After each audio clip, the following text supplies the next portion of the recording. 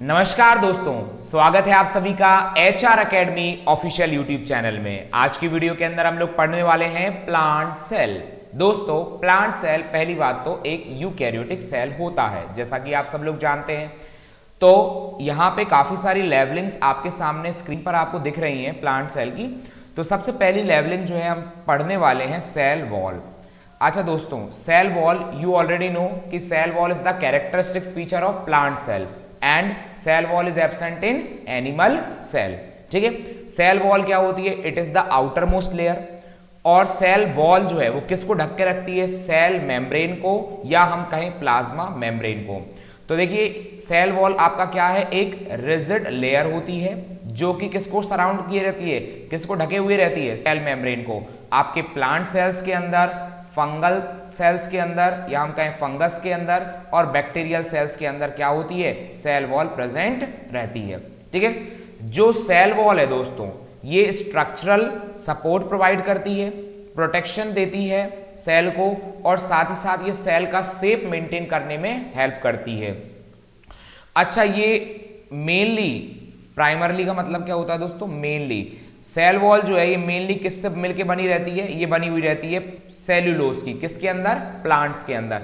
देखिएगा दोस्तों कि जो प्लांट्स की सेल वॉल है ये सेल्यूलोज से बनी रहती है, और सेल्यूलोज डाइजेस्ट करने की कैपेसिटी सिर्फ और सिर्फ एनिमल्स के अंदर होती है, ह्यूमन बींग्स के अंदर नहीं होती है। इसीलिए ह्यूमन बींग्स घास वगैरह नहीं खा सकते हैं, है कि नहीं? क्योंकि उनके अंदर सेल्यूलोज रहता है, और सेल्यूलोज सिर्फ और सिर्फ एनिमल्स डाइजेस्ट कर सकते हैं, ह्यूमन बींग्स नहीं। ठीक है, अब अगला लिखा हुआ है कि जो फंगस के अंदर जो सेल वॉल है ये किससे बनी रहती है? काइटिन से बनी रहती है। ठीक है जी, एक सेकेंड, हमारा पेन टैप, ओके। फंगस के अंदर बनी रहती है काइटिन से सेल वॉल। और पेप्टिडोग्लाइकेन की बात करें दोस्तों, पेप्टिडोग्लाइकेन से बनी हुई रहती है सेल वॉल किसके अंदर? बैक्टीरिया के अंदर। तो कई बार पूछा जाता है, तो आपको हमेशा याद रखना है, प्लांट्स के अंदर सेल वॉल सेलुलोज की बनी हुई रहती है, फंगस के अंदर सेल वॉल काइटिन की बनी रहती है, और बैक्टीरिया के अंदर सेल वॉल बनी रहती है पेप्टिडोग्लाइकेन की। अब सेल वॉल हमने देख लिया है, अब हम बात करते हैं सेल मेम्ब्रेन या प्लाज्मा मेम्ब्रेन। देखिए दोस्तों, जो सेल मेम्ब्रेन है ये कैसी होती है? थिन होती है, पतली होती है। फ्लेक्सिबल बैरियर कैसी होती है? लचीली होती है, जो कि आपको सेल को सराउंड करके रखती है, और जो सेल का कंटेंट है उसको एक्सटर्नल एनवायरनमेंट से सेपरेट करवाने का काम करती है आपकी सेल मेम्ब्रेन। दोस्तों, ये क्या करता है? चीजों को रेगुलेट करता है, चीजों को अंदर बाहर आना जाना होगा तो इसी से अंदर बाहर आएंगे जाएंगे। देखिए, मैं आपको बताऊं कि जो हमारी सेल मेम्ब्रेन है, या हम कहें प्लाज्मा मेम्ब्रेन, इसी को दोस्तों हम क्या कहते हैं? सिलेक्टिवली परमिएबल मेम्ब्रेन कहते हैं। परमिएबल मतलब परमिट करना, यानी अलाउ करना। तो ये जो सेल मेम्ब्रेन है ये गिनी चुनी चीजों को ही, यानी सिलेक्टेड चीजों को ही अंदर बाहर आने जाने देता है। तो इसीलिए हम सेल मेम्ब्रेन को सिलेक्टिवली परमिएबल मेम्ब्रेन के नाम से भी जानते हैं। तो ये चीजों को अंदर बाहर आने जाने देगा, ये एक तरह से चीजों को रेगुलेट करता है। ठीक है, एंड लिखा हुआ है कि अलाउइंग असेंशियल प्रोसेसेस, जैसे कि न्यूट्रिएंट अपटेक करने में हेल्प करेगा, वेस्ट रिमूवल में भी मदद करता है। ठीक है, साथ ही साथ ये एक बहुत ही इंपॉर्टेंट रोल प्ले करता है सेल कम्युनिकेशंस में और सेल रिकॉग्निशन में। ठीक है, बात करते हैं माइटोकॉन्ड्रिया के बारे में। अच्छा दोस्तों, माइटोकॉन्ड्रिया ऑलरेडी अच्छे से पढ़ चुके हैं। क्या होता है? Power house of the cell कहलाता है, डबल लेयर्ड स्ट्रक्चर होता है। तो देखिए, यहाँ पे लिखा हुआ है कि माइटोकॉन्ड्रिया एक छोटा सा ऑर्गेनल रहता है जो कि ज्यादातर सभी सेल्स में प्रेजेंट रहता है, और ये एनर्जी प्रोड्यूस करता है किसके फॉर्म में? एटीपी के फॉर्म में। And we have already seen कि एटीपी का फुल फॉर्म क्या होता है दोस्तों? Adenosine triphosphate. और एडीपी का फुल फॉर्म क्या होता है? Adenosine diphosphate. तो सेल्यूलर रेस्पिरेशन के द्वारा यहाँ पे एनर्जी प्रोड्यूस होती है माइटोकॉन्ड्रिया में, वो भी एटीपी के फॉर्म में स्टोर हो जाती है। अब यहाँ पे लिखा हुआ है कि माइटोकॉन्ड्रिया के पास खुद का डीएनए होता है। ठीक है, और माइटोकॉन्ड्रिया को हम लोग क्या नाम से जानते हैं दोस्तों? Power house of the cell के नाम से जानते हैं, क्योंकि ये माइटोकॉन्ड्रिया क्या है? आपका ऊर्जा का स्रोत होता है। ठीक है, अच्छा, इनका जो यूनिक स्ट्रक्चर होता है और इनकी जो फंक्शंस हैं, ठीक है, ये जरूरी होते हैं overall functioning of living organisms को मेंटेन करने के लिए। आई होप सो इतना सब लोगों को समझ में आया होगा। तो देखिए, एक बार हम स्ट्रक्चर में देख ले रहे हैं। अभी तक हम लोग पढ़ चुके हैं, ये सेल वॉल पढ़ लिया हम लोगों ने, ठीक है। फिर हमने देखा सेल मेम्ब्रेन, फिर हमने देखा है माइटोकॉन्ड्रिया, ठीक है। आई होप सो ये तीनों चीजें आपको क्लियर हुई होंगी। अब आ जाते हैं हम लोग गोल्जी बॉडी पर। देखिए गोल्जी बॉडी की अगर हम बात करें दोस्तों, तो गोल्जी बॉडी को हम गोल्जी अपैरेटस के नाम से भी जानते हैं। किस नाम से जानते हैं? Golgi apparatus. अच्छा, ये एक सेलुलर ऑर्गेनल है जो कि मेनली चीजों के प्रोसेसिंग में, उन्हें पैकेजिंग में हेल्प करता है। मेनली पैकेजिंग में हेल्प करेगा और फिर उन्हें फर्दर डिस्ट्रीब्यूट करवाने में हेल्प करता है, ठीक है। अच्छा, it receives proteins and lipids from endoplasmic reticulum. देखिए आपका मेनली क्या होता है कि जो न्यूक्लियस है, न्यूक्लियस से कनेक्टेड रहता है क्या? आपका एंडोप्लाज्मिक रेटिकुलम। अब एंडोप्लाज्मिक रेटिकुलम फर्दर चीजों को ट्रांसफर कराता है किसको? गोल्जी बॉडी को। तो यही लिखा है कि जो आपका गोल्जी बॉडी है ये प्रोटीन्स और लिपिड्स रिसीव करता है कहां से? एंडोप्लाज्मिक रेटिकुलम से। इन्हें मॉडिफाई करता है फर्दर, ठीक है, और इन्हें वेसाइकल्स के फॉर्म में आपको क्या करवा देगा? पैकेजिंग वगैरह करवा देता है, ठीक है, और आगे फर्दर ट्रांसपोर्ट करा देगा, है ना, जहां पर इनका डेस्टिनेशन है विद इन द सेल और आउटसाइड द सेल। दोस्तों जो गोल्जी बॉडी है ये एक बहुत ही इंपॉर्टेंट रोल प्ले करता है सेलुलर कम्युनिकेशन में, यानी विद इन द सेल चीजों ऑर्गेनल्स में कम्युनिकेट कराने में मदद करता है। देखिए हम एक पढ़ेंगे आगे चल के, हम लोग पढ़ेंगे एंडो मेम्ब्रेन सिस्टम। क्या होता है? एक एंडो मेम्ब्रेन सिस्टम। दोस्तों ये एंडो मेम्ब्रेन सिस्टम में हम लोग क्या पढ़ेंगे कि एंडो मेम्ब्रेन सिस्टम के पार्ट्स के बारे में हम लोग पढ़ेंगे, ठीक है, जिसमें हमारे endoplasmic reticulum, Golgi complex, lysosome और वैक्यूल्स, है ना, ये चार चीजें आपके क्या होती हैं? एंडो मेम्ब्रेन सिस्टम के पार्ट होते हैं। ये हम आगे देखेंगे, ठीक है। अब हम आ जाते हैं आगे पॉइंट नंबर 5 पर, एंडोप्लाज्मिक रेटिकुलम। तो आपको एक बार फिर से हम डायग्राम में बता दें, ये देखिए गोल्जी अपैरेटस आप देख पा रहे हैं, ठीक है। अब हम आ जाते हैं नेक्स्ट लेवलिंग पर जिसका नाम है एंडोप्लाज्मिक रेटिकुलम। दोस्तों एंडोप्लाज्मिक रेटिकुलम एक्चुअली ये टिब्यूलर नेटवर्क है, ठीक है, और ये मेनली पैरेलली स्टैक्ड रहते हैं और इनका मेन जो रोल है वो किस में रहता है? प्रोटीन और लिपिड सिंथेसिस में। अभी हम देखेंगे, देखिएगा जो प्रोटीन सिंथेसिस है वो कौन कराता है? रफ एंडोप्लाज्मिक रेटिकुलम यानी RER, और लिपिड सिंथेसिस कौन कराता है? स्मूथ एंडोप्लाज्मिक रेटिकुलम यानी SER, ठीक है। ये स्टोरेज में भी हेल्प करता है और चीजों को ट्रांसपोर्टेशन में भी मदद करवाएगा, ठीक है। देखिए यहाँ पे लिखा हुआ है कि जो एंडोप्लाज्मिक रेटिकुलम है इसको रफ एंडोप्लाज्मिक रेटिकुलम और स्मूथ एंडोप्लाज्मिक रेटिकुलम में बांटा गया है। दोस्तों रफ एंडोप्लाज्मिक रेटिकुलम रफ इसीलिए कहलाता है क्योंकि उसकी सरफेस के ऊपर क्या प्रेजेंट रहते हैं? राइबोसोम प्रेजेंट रहते हैं, ठीक है, इसीलिए वो खुरदुरा सा दिखता है और हम उसे रफ एंडोप्लाज्मिक रेटिकुलम के नाम से जानते हैं। ये जो आपका स्मूथ एंडोप्लाज्मिक रेटिकुलम है लिपिड सिंथेसिस में तो हेल्प करता ही है, साथ ही साथ ये डिटॉक्सिफिकेशन में भी मदद करेगा। जो भी पॉइजन वगैरह हैं, है ना, जो भी ड्रग्स वगैरह हैं उन सबको रिमूव करवाने में या उनको डिटॉक्सिफाई करवाने में कौन मदद करता है? आपका स्मूथ एंडोप्लाज्मिक रेटिकुलम। तो देखिए अब हम डिटेल में देखते हैं रफ एंडोप्लाज्मिक रेटिकुलम को। बेसिकली हम देख चुके हैं वैसे तो सब। तो ये लिखा हुआ है कि रफ एंडोप्लाज्मिक रेटिकुलम जो है it is studded with ribosome, यानी इसकी सरफेस के ऊपर क्या रहते हैं? राइबोसोम रहेंगे और ये सिंथेसिस करवाता है ना, किसका? प्रोटीन्स का, ठीक है जी।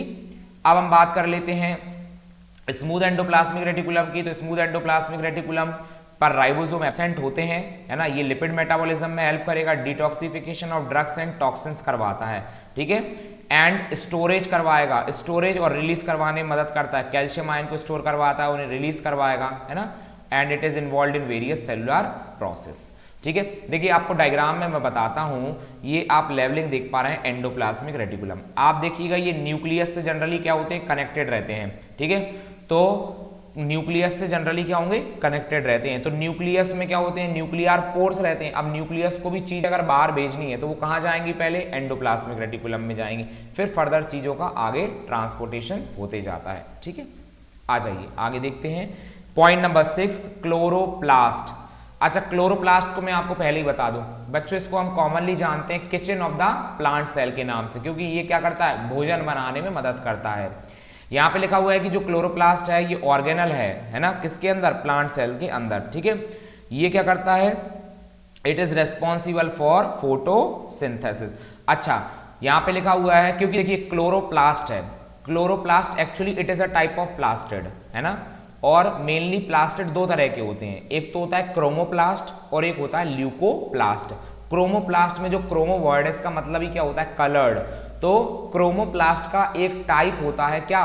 क्लोरोप्लास्ट, जो कि ग्रीन कलर का होता है। तो क्लोरोप्लास्ट जो है प्लांट सेल के अंदर एक प्रेजेंट ऑर्गेनल है जो कि फोटोसिंथेसिस में मदद करता है, क्योंकि इसके अंदर पाया जाता है एक ग्रीन पिगमेंट जिसे हम क्लोरोफिल के नाम से जानते हैं। ये आपकी सनलाइट को ट्रैप करने में हेल्प कराता है और फोटोसिंथेसिस प्रोसेस के द्वारा, ठीक है, फोटोसिंथेसिस प्रोसेस के द्वारा जो क्लोरोप्लास्ट है सनलाइट और वाटर को कन्वर्ट कर देता है, सनलाइट, वाटर, कार्बन डाइऑक्साइड, इन्हें टर्न कर देता है ग्लूकोज और ऑक्सीजन में। देखिए बड़ी अच्छी सी इक्वेशन के नाम मदद से मैं आपको समझाता हूं। यहाँ पे देखिएगा, ये दोस्तों कार्बन डाइऑक्साइड गैस की जरूरत पड़ेगी तो 6 कार्बन डाइऑक्साइड के मॉलिक्यूल जब बेटा 12 वाटर मॉलिक्यूल से कंबाइन करते हैं in presence of what, in presence of sunlight and chlorophyll, ये क्या बना लेते हैं, हमारा ग्लूकोज बना लेंगे।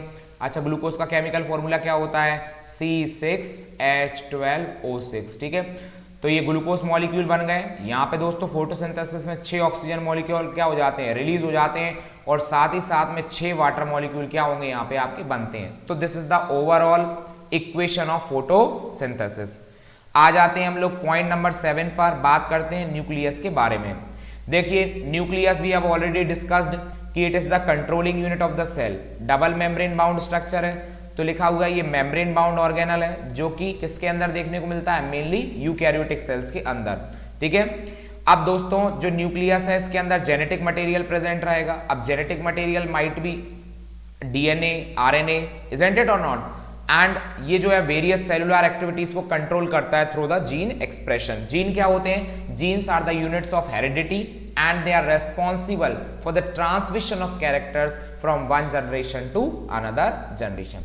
दोस्तों जो न्यूक्लियस है ये बहुत सारे प्रोसेस को कंट्रोल करवाता है, जैसे ग्रोथ हो गया, मेटाबॉलिज्म हो गया, है ना, रिप्रोडक्शन हो गया, ठीक है। साथ ही साथ ये बहुत इंपॉर्टेंट रोल प्ले करता है सेल फंक्शनिंग में, है ना, न्यूक्लियस का बहुत इंपॉर्टेंट रोल होता है सेल फंक्शनिंग में और इनहेरिटेंस में। आ जाते हैं पॉइंट नंबर 8 जिसे हम बोलते हैं राइबोसोम। क्या बोलते हैं, राइबोसोम। अच्छा, ribosome protein factory of the cell है। तो लिखा हुआ है ये एक सेलुलर ऑर्गेनल है जो कि प्रोटीन सिंथेसिस कराने के लिए रिस्पॉन्सिबल है। ये जो राइबोसोम है ये लार्जर एंड स्मॉलर सब यूनिट से मिलकर बना रहता है, ठीक है, और ये दोनों के दोनों अटैच हो जाते हैं एमआरएनए पे अमीनो एसिड बनाने के लिए, और है ना, और फर्दर तैयार हो जाती है पॉलीपेप्टाइड चेन। बताइए कल की क्लास में हमने जब प्रोकैरियोटिक सेल पढ़ा था ये आपको बताया था कि ये क्या है, एमआरएनए है। क्या है, एमआरएनए। एमआरएनए यानी मैसेंजर आरएनए। अब क्या होता है, ये जो चेन है इसके ऊपर 2 सब यूनिट जुड़ी रहती हैं, एक तो लार्जर सब यूनिट होती है और एक स्मॉलर सब यूनिट। हमने देखा था कि जो प्रोकैरियोटिक राइबोसोम है ना, प्रोकैरियोटिक राइबोसोम कैसे होते हैं, 70S टाइप के होते हैं जिसमें 2 सब यूनिट होती हैं, 50S और 30S। तो दोनों की दोनों जो सब यूनिट्स हैं इस एमआरएनए से कंबाइन हो जाती हैं, ठीक है। अच्छा दोस्तों जो राइबोसोम है, राइबोसोम सभी लिविंग सेल्स के अंदर प्रेजेंट रहता है। वी हैव ऑलरेडी डिस्कस्ड कि जो राइबोसोम है ये क्या होता है, यूनिवर्सल सेल ऑर्गेनल्स के नाम से जाना जाता है क्योंकि it is present both in prokaryotic as well as eukaryotic cell. और जो राइबोसोम है ये बहुत क्रिटिकल रोल प्ले करता है प्रोटीन बनाने में और जो कि वेरियस सेलुलर फंक्शनिंग के लिए जरूरी होता है। चलिए एक बार आप स्क्रीन पर डायग्राम देख लीजिएगा। ये आप देख पा रहे हैं स्क्रीन पर, ये रहा क्लोरोप्लास्ट जिसे हमने kitchen of the plant cell के नाम से डिस्कस किया हुआ था। ये रहा न्यूक्लियस। दोस्तों न्यूक्लियस के अंदर प्रेजेंट रहता है न्यूक्लियोलस। ये आपका है ribosome, protein factory of the cell, ठीक है। ये साइटोप्लाज्म है। साइटोप्लाज्म क्या होता है, it is the main arena और it is the main area for various cellular activities. Actually cytoplasm क्या होता है, it is a type of fluid. अच्छा चलिए लगे हाथ आप लोग एक चीज और समझ लीजिए, हम लोग बात करते हैं एक वर्ड प्रोटोप्लाज्म के बारे में। क्या, प्रोटोप्लाज्म। अच्छा दोस्तों ये जो प्रोटोप्लाज्म है ना, it is made up of cytoplasm and nucleoplasm, ठीक है। अच्छा साइटोप्लाज्म तो कहां भरा रहता है बताइए आप लोग, साइटोप्लाज्म भरा रहता है सेल मेम्ब्रेन के अंदर और न्यूक्लियर मेम्ब्रेन के बाहर, ठीक है जी। और न्यूक्लियोप्लाज्म भरा रहता है किसके अंदर, न्यूक्लियस के अंदर। तो together cytoplasm and nucleoplasm forms protoplasm. चलिए फर्दर हम आगे लेवलिंग्स को डिस्कस करते हैं, बने रहिए हमारे साथ। Point number 9, vacuoles. अच्छा, वैक्यूल्स जो हैं ये कैसे होते हैं? मेम्ब्रेन बाउंड ऑर्गेनल्स हैं, ठीक है, जो किसके अंदर पाए जाते हैं? आपके प्लांट सेल्स में भी होंगे और दूसरे ऑर्गेनिजम्स के अंदर भी देखने को मिलते हैं। अच्छा, मैं आपको बता दूं कि प्लांट सेल के अंदर जो वैक्यूल्स हैं ये क्या होते हैं? लार्ज इन साइज होते हैं। कैसे होते हैं? Large in size. ध्यान रखना है आपको, बड़े होते हैं साइज में बट लेस इन नंबर। इनकी संख्या क्या होती है दोस्तों? कम होती है। And it can occupy nearly आपका 50 to 90% स्पेस ऑक्यूपाई कर सकता है ना, 50 से 90% जगह तक घेर लेते हैं ये वैक्यूल्स, ठीक है। अच्छा, यहां पे लिखा हुआ है जो वैक्यूल्स हैं ये वाटर स्टोर करने का काम करते हैं, न्यूट्रिएंट को स्टोर कर लेते हैं, वेस्ट प्रोडक्ट को भी स्टोर करने का काम करते हैं। अच्छा, ये जो आपका वैक्यूल है ये सेल को टर्जिड बनाने में हेल्प करता है, ठीक है, न्यूट्रिशन स्टोर करने में भी मदद करेगा और साथ ही साथ डिटॉक्सिफिकेशन में भी हेल्प करता है। जो वैक्यूल्स हैं, वैक्यूल्स ऑल्सो एड का मतलब होता है दोस्तों हेल्प, तो vacuoles also help in maintaining cellular homeostasis. अच्छा, होमियोस्टेसिस का मतलब होता है बैलेंस करना, यानी बॉडी बैलेंस मेंटेन करना, होमियोस्टेसिस कहलाता है, ठीक है। तो जो आपका यहाँ पे वैक्यूल्स है ये सेलुलर बैलेंस मेंटेन करने में हेल्प करता है ना, बाय रेगुलेटिंग ओस्मोटिक प्रेशर और पीएच लेवल को भी कंट्रोल करता है। आ जाते हैं नेक्स्ट पॉइंट नंबर 10, परऑक्सीसोम। ये जो परऑक्सीसोम है दोस्तों ये मेम्ब्रेन बाउंड ऑर्गेनल है, पहली बात तो, ठीक है। ये बहुत इंपॉर्टेंट रोल प्ले करता है मेटाबॉलिज्म। किसके मेटाबॉलिज्म में? फैटी एसिड्स के मेटाबॉलिज्म में, और साथ ही साथ ये डिटॉक्सिफिकेशन प्रोसेस में भी हेल्प करता है। कौन? परऑक्सीसोम। परऑक्सीसोम के अंदर दोस्तों एंजाइम्स प्रेजेंट रहते हैं और ये एंजाइम्स क्या कर देते हैं?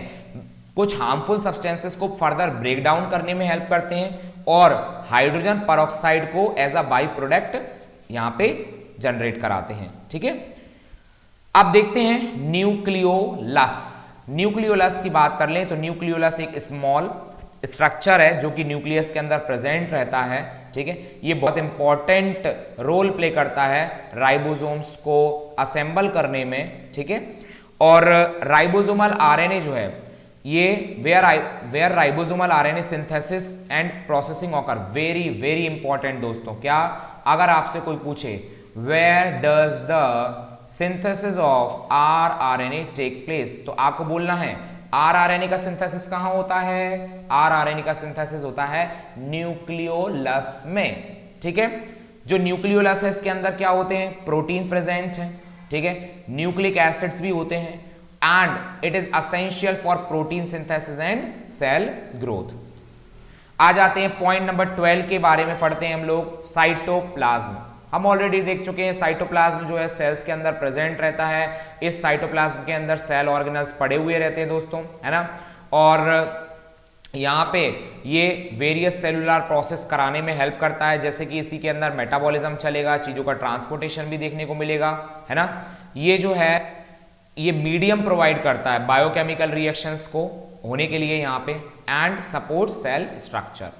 देखिए लाइसोसोम की बात करें तो लाइसोसोम को हम suicidal bag of the cell के नाम से जानते हैं, ठीक है, क्योंकि लाइसोसोम के अंदर दोस्तों क्या होते हैं? डाइजेस्टिव एंजाइम्स होते हैं और ये डाइजेस्टिव एंजाइम्स ओकेशनली जब कभी सेल बर्स्ट हो जाए, फट जाए जब कोई सेल, तो उस दौरान इनके एंजाइम रिलीज होते हैं और इनके एंजाइम उस दौरान खुद को ही क्या कर जाते हैं? डाइजेस्ट कर जाते हैं। इसीलिए हम लोग बोलते हैं suicidal bag of the cell, मतलब ये खुद अपनी आत्महत्या कर लेता है, ठीक है। तो लाइसोसोम मेम्ब्रेन बाउंड ऑर्गेनल्स होते हैं जो कि एनिमल सेल्स के अंदर प्रेजेंट रहते हैं।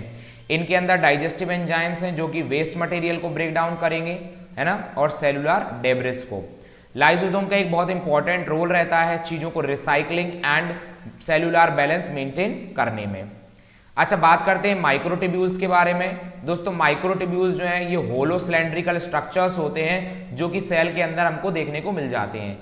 अच्छा, माइक्रोट्यूब्यूल्स जो है ये स्ट्रक्चरल सपोर्ट प्रोवाइड करते हैं, है ना, और इनका एक बहुत इंपॉर्टेंट रोल रहता है सेल डिवीजन में और इंट्रासेलुलर ट्रांसपोर्ट में। इंट्रासेलुलर ट्रांसपोर्ट यानी विद इन द सेल चीजों को ट्रांसपोर्ट करवाने में हेल्प करते हैं क्या? माइक्रोट्यूब्यूल। यहां पे लिखा हुआ है कि माइक्रोट्यूब्यूल्स कंपोज्ड ऑफ प्रोटीन सब यूनिट्स जिन्हें हम ट्यूब्यूलिन्स कह देते हैं। माइक्रोट्यूब्यूल्स माइक्रोट्यूब्यूल्स जो हैं दोस्तों, they form a dynamic network that help maintain cell shape and enable chromosome separation during mitosis. और ये हेल्प करता है, helps the movement of organelles and vesicles within the cell. I hope so ये तो समझ में आ ही गया होगा आपको। प्लाज्मोडेस्माटा की बात करें तो देखिए प्लाज्मोडेस्माटा पे हमने ऑलरेडी एक बहुत अच्छा शॉर्ट वीडियो बनाया, आप जरूर देखिएगा उसे, मैं आई बटन में उसे पिन कर दूंगा, ठीक है। प्लाज्मोडेस्माटा एक्चुअली ये होता क्या है, साइटोप्लाज्मिक कनेक्शन होता है between two adjacent plant cell. ये सपोज देख लीजिए, आप स्क्रीन पे देखिए, मैं ये रफ सा एक डायग्राम बना रहा हूं, ये आपके दो, मान लीजिए दो कोई प्लांट सेल्स हैं, इनमें इनके बीच में जो ये कनेक्शन है ये क्या कहला रहा है, प्लाज्मोडेस्माटा। ये साइटोप्लाज्मिक कनेक्शन होता है दो प्लांट सेल्स के बीच में, चीजों को एक्सचेंज कराने में हेल्प करेगा, तो ये हो गया। अच्छा, ये देख लीजिएगा, यहाँ पे लिखा हुआ है plasmodesmata plays an important role in various plant processes including development, defence responses and long distance communication. तो अभी तक हम लोगों ने सारी लेवलिंग डिस्कस कर ली है दोस्तों। देखिएगा पेरोक्सिसोम भी हम लोग डिस्कस कर चुके हैं, ठीक है जी। ये अमाइलोप्लास्ट आपके स्टोरेज में हेल्प करेगा, यहाँ पे क्लोरोप्लास्ट डिस्कस कर लिया है, वैक्यूल्स भी डिस्कस कर लिया है हम लोगों ने, ठीक है। आई होप सो दोस्तों आज की वीडियो आपको अच्छी लगी होगी। प्लांट सेल अब आपको अच्छे से समझ में आ गया होगा। यदि आपको कोई डाउट होता है तो कमेंट सेक्शन में कमेंट कीजिएगा। यदि कोई सजेशन है हमारे लिए तो प्लीज सजेशन भी दीजिएगा। चैनल पर नए हैं तो चैनल को सब्सक्राइब कीजिएगा, बेल आइकन को हिट कीजिएगा, जिससे आने वाली हमारी सभी लेटेस्ट वीडियो का नोटिफिकेशन आप सभी को सबसे पहले मिल सके। तो बने रहिए इसी तरीके से HR academy official YouTube channel के साथ। Thank you so much.